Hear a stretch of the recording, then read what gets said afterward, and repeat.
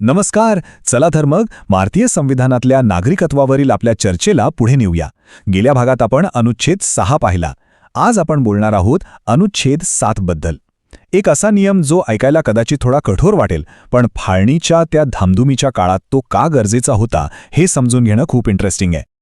तर मग सगळ्यात मोठा प्रश्न हा होता की जे लोक भारतातून पाकिस्तानला निघून गेले त्यांच्या नागरिकत्वाचं काय करायचं. हा एक प्रचंड मोठा आणि गुंतागुंतीचा प्रश्न होता, ज्याचं उत्तर देशाला शोधावंच लागणार होतं.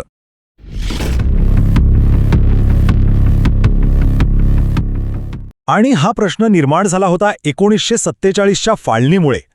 विचार करा, एका देशाचे 2 स्वतंत्र राष्ट्र झाले होते आणि लाखो लोक इकडून तिकडे जात होते. ह्या सगळ्या गोंधळात त्यांच्या राष्ट्रीय ओळखीबद्दल एक मोठी कायदेशीर पोकळीच तयार झाली होती. ही टाईमलाईन आपल्याला परिस्थितीचं गांभीर्य दाखवते. बघा, 1947च्या आधी एक अखंड भारत होता आणि नागरिकत्वाची संकल्पनाही एकच होती. पण ऑगस्ट 1947 मध्ये भारत आणि पाकिस्तान असे 2 देश बनले आणि यानंतर लाखो लोकांचं स्थलांतर झालं. आणि नेमकं कोण कोणत्या देशाचा नागरिक आहे यावर एक भलं मोठं प्रश्नचिन्ह उभं राहिलं. आणि ह्याच मोठ्या प्रश्नाला आपल्या संविधानाने दिलेलं थेट उत्तर म्हणजे अनुच्छेद 7. हो, वरवर पाहिलं तर हा एक कठोर निर्णय वाटतो, जो खास करून पाकिस्तानात गेलेल्या लोकांसाठी होता. तर यातला महत्त्वाचा मुद्दा असा आहे की अनुच्छेद 7 एकदम स्पष्टपणे सांगतो की 1 मार्च 1947 नंतर जी कोणतीही व्यक्ती भारताच्या भूभागातून पाकिस्तानच्या भूभागात गेली तिला भारताचा नागरिक मानलं जाणार नाही. नियम अगदी सरळ आणि कडक होता. हो, हा निर्णय खरंच कठोर होता, पण तो काही भावनेच्या भरात घेतलेला नव्हता, तर त्यावेळच्या राजकीय आणि कायदेशीर वास्तवातून तो जन्माला आला होता. पण मग असा नियम का बनवला गेला यामागे काही कारणं होती. पहिलं म्हणजे आता 2 स्वतंत्र राष्ट्र निर्माण झाली होती. त्यामुळे ज्या लोकांनी पाकिस्तानला जाण्याचा निर्णय घेतला त्यांनी एक प्रकारे नवीन राष्ट्रीयत्व निवडलं असं मानलं गेलं. हे त्या काळातल्या राजकीय वास्तवाचं प्रतिबिंब होतं. पण थांबा, गोष्ट इथेच संपत नाही. हा कठोर नियम काही दगडावरची रेघ नव्हता. कायद्याच्या ह्या कठोरतेत कुठेतरी मानवतेसाठी एक जागा ठेवण्यात आली होती. तर प्रश्न असा येतो की ह्या नियमाला काही अपवाद होता का?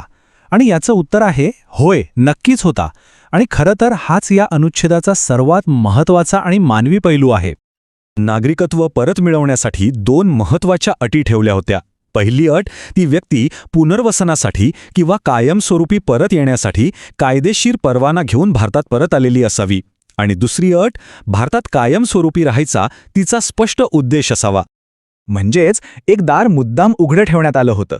ह्यातून हेच दिसतं की कायदा कितीही कठोर असला तरी त्यात माणुसकी आणि व्यवहार्यतेसाठी जागा होती. ज्यांना खरोखरच परत यायचं होतं त्यांच्यासाठी मार्ग पूर्णपणे बंद केला नव्हता. तर ह्या सगळ्याचा व्यापक अर्थ काय? अनुच्छेद 7 मधून आपल्याला इतिहासाचा नेमका कोणता महत्त्वाचा धडा शिकायला मिळतो? हे चित्र बघा. अनुच्छेद 6 आणि 7 मधला फरक एकदम स्पष्ट होतो. अनुच्छेद 6 हा पाकिस्तानातून भारतात आलेल्या लोकांसाठी होता. तो एक सामावून घेणारा, समावेशाचा नियम होता. आणि याच्या अगदी उलट अनुच्छेद 7 हा भारतातून पाकिस्तानला गेलेल्यांसाठी होता. तो एक वगळण्याचा नियम होता. पण त्यात काही अपवाद होते. थोडक्यात सांगायचं तर एक प्रवेशाबद्दल बोलतो तर दुसरा विभक्त होण्याबद्दल. आजच्या काळात अनुच्छेद 7 थेट लागू होत नाही. तो आता एक ऐतिहासिक दस्तावेज आहे. पण तो आपल्याला एक खूप मौल्यवान धडा शिकवतो की आपलं संविधान हे इतिहास, त्यावेळचा वास्तव आणि राष्ट्रहित या सगळ्यांचा समतोल साधून कसं घडवलं गेलं आहे. आणि शेवटी या सगळ्या चर्चेचं सार ह्या एका वाक्यात आहे. अनुच्छेद 7 कठोर वाटू शकतो, पण तो त्या काळातील परिस्थितीचा आरसा होता. कारण संविधान हे केवळ भावनांवर चालत नाही, तर ते राष्ट्र उभारणीच्या गरजांवर उभं असतं. हा विचार आपल्याला कायदा आणि राष्ट्रनिर्मिती यांच्यातील गुंतागुंतीच्या नात्यावर पुन्हा एकदा विचार करायला भाग पाडतो, नाही का?